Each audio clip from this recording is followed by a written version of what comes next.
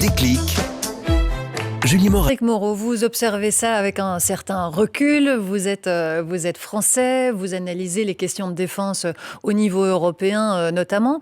Est-ce que ça vous surprend, l'état de la défense belge aujourd'hui? Est-ce que ça vous surprend quand Madame de Donder, ministre de la Défense, dit « on ne s'est donné que ce qu'on a » ? Non, Madame la Ministre a tout à fait raison. L'état de la défense belge, on le connaît. La question, c'est comment a-t-on pu en arriver à ce niveau-là ? Ça fait des années que la Belgique n'investit pas suffisamment, mais enfin, ça date pas d'aujourd'hui. Elle plafonne à 1% du PIB. C'est la lanterne... Du PIB, ouais. 1% du PIB belge. Bon, c'est la lanterne rouge en matière d'efforts. Il y a eu des engagements en 2014 au sommet du Pays de Galles qui avaient été pris par tous les participants à l'Alliance. Très peu de pays, la Belgique n'est pas la seule, je vous rassure, à ne pas respecter les efforts qui ont été faits. Mais effectivement, je comprends que pour des raisons politiques, ça soit plus agréable de dépenser de l'argent public pour les écoles ou pour des dépenses sociales. Mais après, quand la tempête arrive, la cigale se trouve fort dépourvue et c'est bien triste. Vous dites comment en est-on arrivé sur cette question des F-35 ? Parce qu'on sent que toutes les défenses européennes aujourd'hui sont en train de se réinventer. On est en train de changer de modèle. On doit se préparer aujourd'hui à une guerre de haute intensité, ce qu'on n'a plus fait finalement depuis le début des années 90 et la fin de la guerre froide. Est-ce que, en l'occurrence, ces avions F-35, ils vous semblent adaptés à une défense modèle 2023 ? En Belgique. C'est-à-dire que le problème, cet exemple des F-35 est emblématique des difficultés de la défense européenne qui ne voit pas le jour. Chaque pays, c'est vrai de la Belgique, mais c'est vrai de tous les pays, y compris le mien, la France, on exténue nos budgets de défense dans des défenses qu'on n'est pas capable, au fond, de maintenir, soit parce que le maintien en conditions opérationnelles coûte très cher, soit parce que ça sert à rien. Le maintien en conditions opérationnelles des avions, il faut savoir que pour 1 euro dépensé pour l'achat d'un avion de combat, vous devrez dépenser dans la durée 2 euros pour le maintien en conditions opérationnelles. Ça, c'est le ratio à la louche. Donc, ça veut dire que si vous achetez, je ne sais pas si le MCO est compris dans l'achat des F-35, mais ça veut dire que si vous les avez achetés 12 milliards, vous devrez dépenser 24 milliards supplémentaires pour les maintenir en conditions opérationnelles. Quand vous achetez des chars, si vous achetez des chars, mais que vous n'avez pas les munitions, si vous n'avez pas les engins, comme c'est le cas en France, de dépannage... Donc, ce seront des avions très chers à entretenir, ça c'est clair. On peut faire aussi le procès à la France. À quoi ça sert d'avoir un seul porte-avions nucléaire ? Est-ce que c'est vraiment pas une dépense de statut ? Plus que, voilà. Donc, on peut poser la même question. On peut se la poser pour les Français. On peut se la poser. On a du mal à intégrer nos défenses. Parce qu'en réalité, c'est ça la solution. Il y a par exemple, ce que les Belges et les Français font ensemble à travers le projet Camo dans l'armée de terre, c'est vraiment le modèle de ce qu'il faut faire. Du reste, la Belgique a été à la pointe de cette intégration des appareils de ces outils de défense avec les fameux accords Benassam dans le domaine de la marine qui ont été conclus en 1949, qui sont rentrés progressivement. C'est ça qu'il faut faire. Nous n'avons plus les moyens, compte tenu de l'explosion des coûts des équipements militaires, aucun pays européen, même les plus puissants, même l'Allemagne ne peut plus se payer des équipements tout seul. Ça n'a pas de sens. Plus d'intégration. Est-ce que ces livraisons vont changer la donne ? C'est vrai que c'est une question à laquelle il est difficile de répondre aujourd'hui. Ce qu'on sait, en revanche, Frédéric Moreau, c'est que ça va être un défi logistique assez important. Parce que quand on a une armée avec des chars que l'on connaît, du personnel formé à l'utilisation de ces chars, etc., c'est déjà parfois pas facile. Mais ici, on a du matériel qui arrive de presque partout et les Ukrainiens, ils vont devoir s'en servir, ce qui va pas nécessairement être simple. Et puis, il va falloir amener ce matériel aussi. Effectivement, ce sont des défis logistiques considérables. Ça va être une succession de ce qu'on appelle dans le milieu de la défense des micro-parcs. Donc, quand vous envoyez 12 Challenger, 12 Léopard A4, 12 Léopard A6, des AMX-30... On parle de chars, là, parce que je vous avoue que moi, je ne suis pas spécialiste. Ce sont des micro-parcs avec des pièces détachées différentes, avec des modes d'opération différents. Voilà, maintenant, les Ukrainiens sont un peuple peuple qui non seulement nous a démontré sa bravoure, mais aussi c'est un peuple d'ingénieurs, de tankistes, qui vraiment a surpris la terre entière par ses capacités d'adaptation. Oui, il y a une intelligence collective qui a déjà été démontrée à plusieurs reprises. Donc oui, ils vont en profiter. À rebours, les Russes ont montré l'abyssale médiocrité de leur armée. Alors Nicolas faisait allusion à 200 chars T-90, enfin T-90, pardon, qui ont été mis dans le district de Luhansk en décembre 2022. On n'en entend déjà plus parler. Alors est-ce que c'est un tournant ? C'est un tournant comme peut y en avoir plusieurs sur une route de montagne.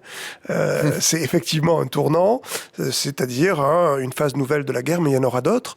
Aujourd'hui, ce sont les chars, demain, ça sera autre chose.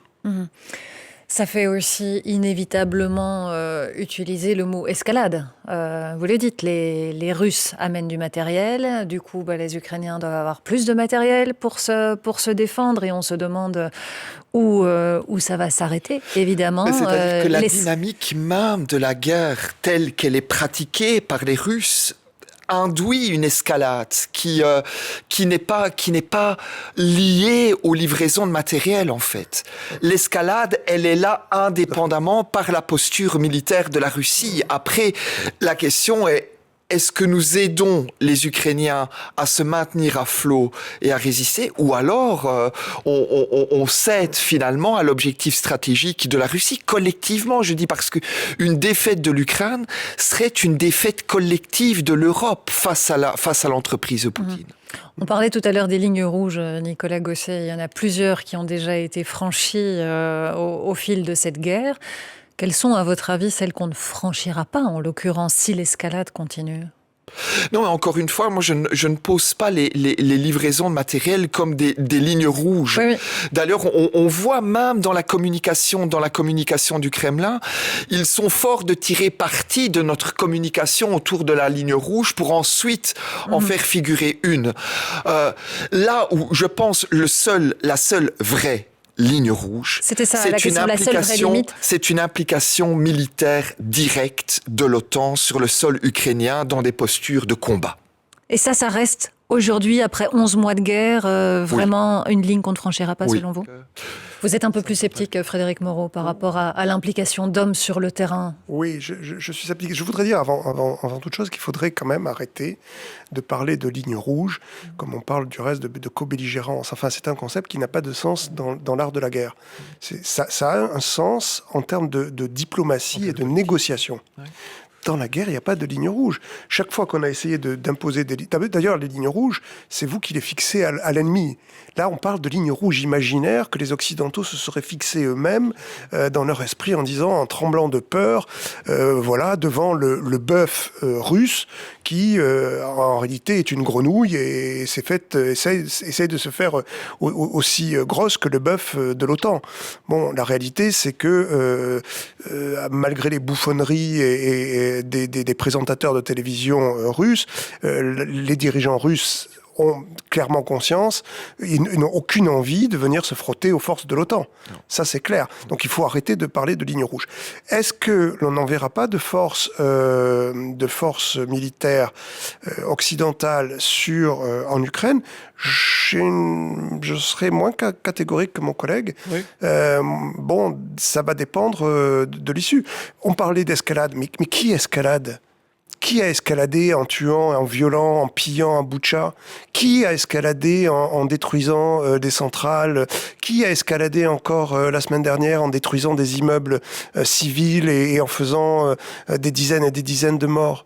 Donc là, on se laisse influencer par cette théorie de l'escalade. Les Russes montent d'un cran à chaque fois dans la violence de leur répression, et nous, on devrait trembler, alors qu'on ne fait que redonner aux Ukrainiens la possibilité d'établir une parité militaire. Donc il faut arrêter d'avoir peur. En réalité, tout cela n'a d'existence que dans la peur que nous avons de rentrer en conflit direct avec les Russes. Mais les Russes ont encore plus peur il faut bien en être conscience, de rentrer en conflit avec les forces de l'OTAN. Et ça, c'est vraiment un point important, ce que Frédéric pointe là, parce qu'il faut bien réaliser l'importance de la dissonance fondamentale qu'il y a entre le discours public, la propagande, le cadre mental qui est fixé à la population russe, qui est celui d'une confrontation avec l'OTAN, d'une guerre avec l'OTAN. C'est pour ça qu'on a mis des S-400 sur les toits de Moscou, pour faire vivre la population russe. S-400, vous nous dites ce de que c'est S-400. Les S-400, vous nous dites ce que c'est Ce sont des systèmes de défense antiaérienne qui ont été positionnés sur certains toits de Moscou. Et en réalité, en fait, tout dans les actes de la Russie montre qu'il y a, dès que la possibilité d'un contact direct avec l'OTAN se présente, une baisse en gamme, directe. La chute du missile sur la Pologne, à Białystok, a été un exemple. Chacun a dit, c'est pas moi, non, c'est pas moi, on y est pour rien, etc. Surtout, c'est pas nous les Russes, etc. C'est bien la preuve qu'ils n'ont aucune envie. Et s'ils devaient... voilà. Alors, effectivement, maintenant, si il y avait l'utilisation d'armes nucléaires tactiques par les Russes, moi je pense que les forces occidentales interviendraient. Je pense que au minimum, si pas une réponse nucléaire tactique en nature, au minimum une action vaste pour détruire la flotte de la mer Noire ou des choses comme ça. On poursuit ce débat dans un tout petit instant. Évolution. Vous disiez il y a un instant, Frédéric Moreau, que parler de ligne rouge n'avait pas beaucoup de sens dans une guerre. Parler de co-belligérance non plus. C'est pourtant un mot qu'on a beaucoup utilisé ces derniers jours, notamment pour parler de l'Allemagne, qui était dans un questionnement existentiel. Est-ce qu'il faut livrer des chars Léopard à l'Ukraine ou pas? Et c'était cet argument-là. Est-ce qu'en livrant des chars, on devient co-belligérant? Pourquoi est-ce que vous pensez que cette question de co-belligérance n'est finalement pas adaptée à la situation dans laquelle on se trouve? C'est très simple. La co-belligérance est une notion qui n'existe pas en droit international public. Ça n'existe pas.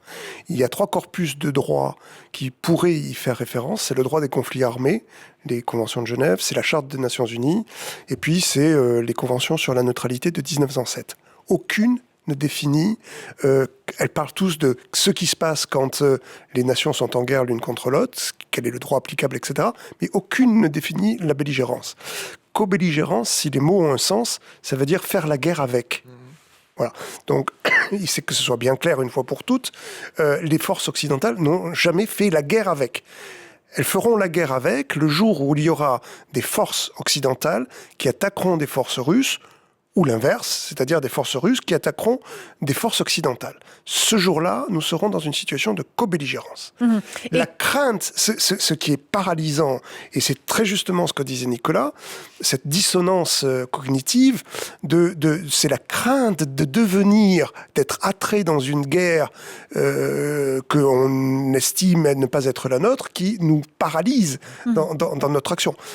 Je dis bien la crainte, parce que au fond, il faut être bien conscient du fait que les Ukrainiens se battent aussi pour nous. Ils se battent d'abord pour eux, mais ils se battent pour nos valeurs, et c'est pas des mots creux. Ils se battent pour l'Union européenne, ils se battent pour l'Europe, ils se battent pour l'Occident.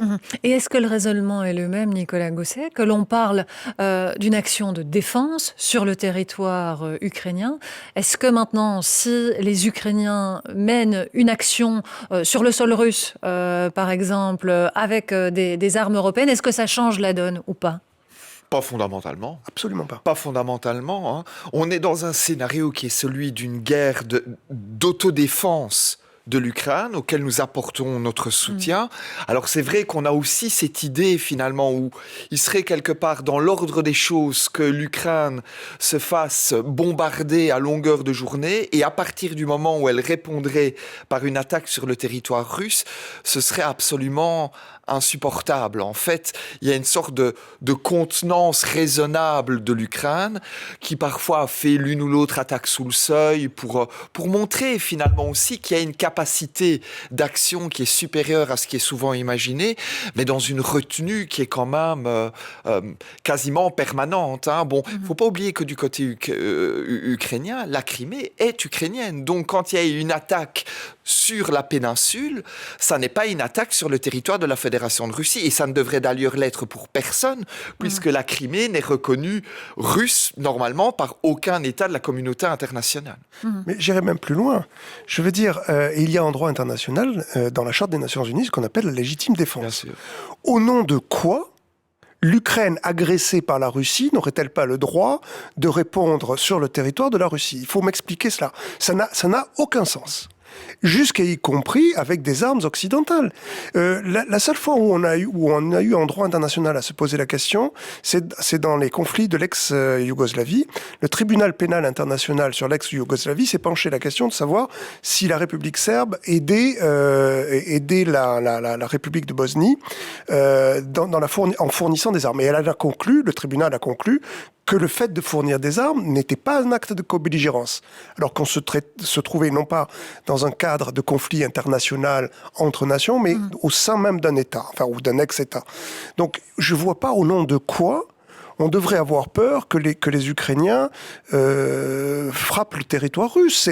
Et du reste, la question se pose, est-ce que l'Ukraine peut-elle gagner la guerre sans frapper le territoire russe? Ça, c'est une vraie question. Est-ce que ça, c'est possible? Bon, maintenant, sur la co-belligérance, tant que les soldats européens, américains, français, britanniques n'attaqueront pas les forces russes, nous ne serons pas en situation de co-belligérance. À rebours, attention, les Russes peuvent estimer, parce que c'est une notion qui n'est pas juridique, mais c'est une notion politique. Donc les Russes peuvent très bien estimer que là, vous avez franchi un pas de trop et peuvent nous attaquer. Mais ce jour-là, ce seront les Russes qui attaqueront l'Occident. Pas l'inverse.